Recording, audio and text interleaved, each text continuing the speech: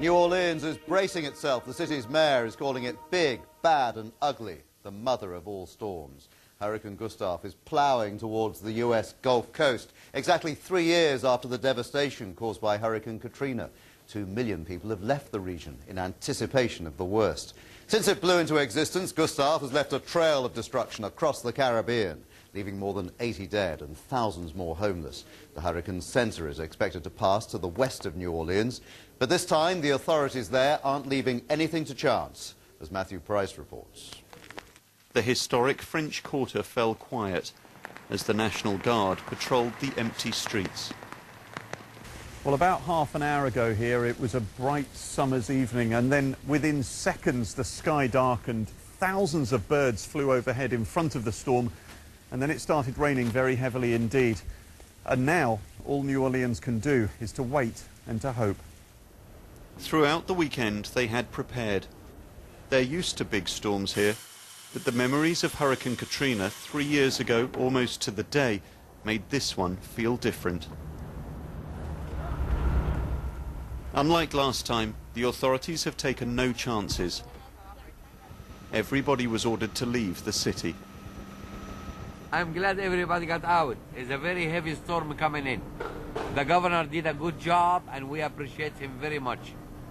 Everybody's out and everybody's safe. Better be safe than be sorry. So New Orleans is probably as prepared as it can be. Now all eyes are on the weather forecasts, watching to see where Hurricane Gustav will actually hit. Matthew Price, BBC News, New Orleans.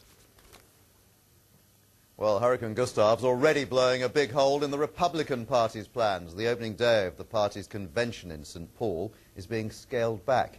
The gathering is due to anoint Senator John McCain as the Republican candidate for November's presidential elections. He says it would be unseemly to celebrate whilst a natural disaster was unfolding. As Philippa Thomas now reports from St. Paul. Stranded at the convention, 1,000 miles north of homes braced for devastation, the Louisiana delegation could only watch as the hurricane bore down. It's going to be fine. I'm sorry I'm not there. I'm sorry. This is a gathering in limbo. The candidate wants his party to show that it cares and it can cope with disaster. John McCain was fiercely critical of his government's perceived indifference when Katrina struck. From the campaign trail, he had this to say to the gathering convention. It's time to open our hearts, our efforts, our wallets, our concern, our care for those American citizens who are now under the shadow of the probability of a natural disaster. Senator McCain was directing his party to change course. I want to thank all my fellow Republicans as we take off our Republican hats and put on our American hats. And we say, America, we're with you. From the Democratic candidate, we heard the same sober tone. Barack Obama saying, hopefully we've learned from the tragedy of last time. So will these balloons ever drop on a cheering Republican crowd? We just don't know. Right now, this convention is down to the bare bones, doing what's necessary for the formal nomination of the ticket. President Bush was due to speak here today. Now months of planning have had to be abandoned. In the face of such threat to so many thousands, the response had to be a humanitarian one. It's also a strategic calculation. For the Republicans to reap political benefits tomorrow, they have to be seen to rise above politics today.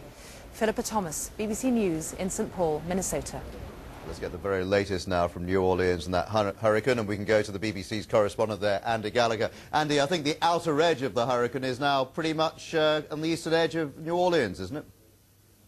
That's right, Jonathan. We really are starting to feel the effects of Hurricane Gustav now as it inches its way towards the Gulf Coast. Still a Category 3 storm with winds sustaining around 115 miles per hour. It's due to hit the Gulf Coast west of New Orleans in about 6 or 7 hours' time. But the important thing here is that around 90% of the population have been evacuated. They heeded the harsh words of both the mayor of New Orleans and President Bush, who all called this the storm of the century. They said, you need to be scared, you need to take this seriously. So people have left in droves. There are still around 10,000 people left here in New Orleans determined to ride the storm out. But the only people out on the streets here at the moment our police and National Guard, who are all heavily armed. There is a big police presence here, but there is a collective holding of breath now along the entire Gulf Coast as Gustav inches its way slowly towards this area. What about the levees this time, which of course broke last time? They couldn't contain that storm surge. Well, that's right. The big fear, of course, is that surge, and at the moment they're saying the surge could be between 10 and 15 feet. The levees themselves are 15 feet high, but they are not finished since Hurricane Katrina hit New Orleans 3 years ago. They're still weak, so that is a concern, but I think people here are just tracking this storm and hoping for the best. All right, Andy, thank you very much indeed.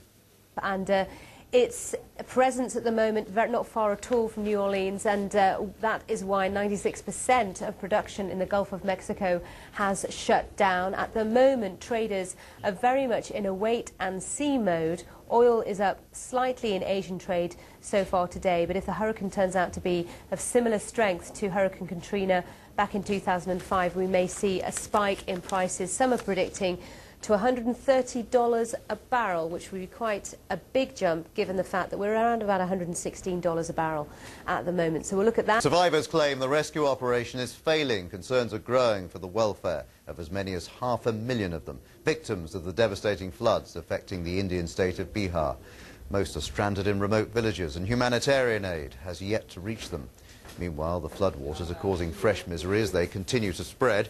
In the temporary relief camps, conditions are wretched, and across the border in Nepal, tens of thousands more have been displaced.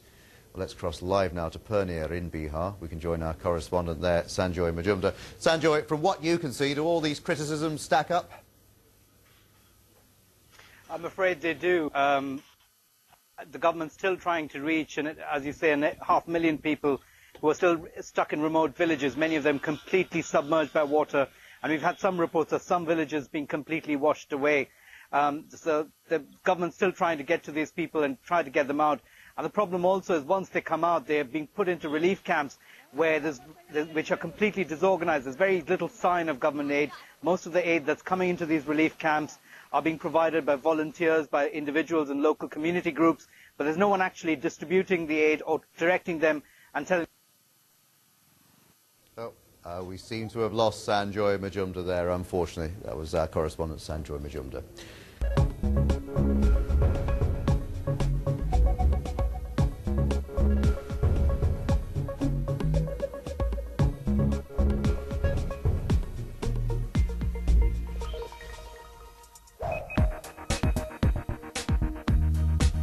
That is the centre of the storm, and we roll it back and we can see how this thing actually developed. And quite a nasty looking storm, going just back a few days where it actually was a Category 4 in the very, very warm waters of the Gulf of Mexico. And as we come in close, you can see the darker area as well. That is the centre of the storm. But as it moved across really the northern parts of the Gulf, got some drier air into the storm, and now as it continues to move in to that north coast of the Gulf Coast, dry air continues to come in. So it's probably at its peak now, but still something to watch out. With the centre probably going just to the west of New Orleans, they're already seeing hurricane-force winds there. So what does that mean, Daniel? Because it's a Category 3. We were told it could be 4, but that's not the case now. It'll stay at 3. But what kind of winds should we expect?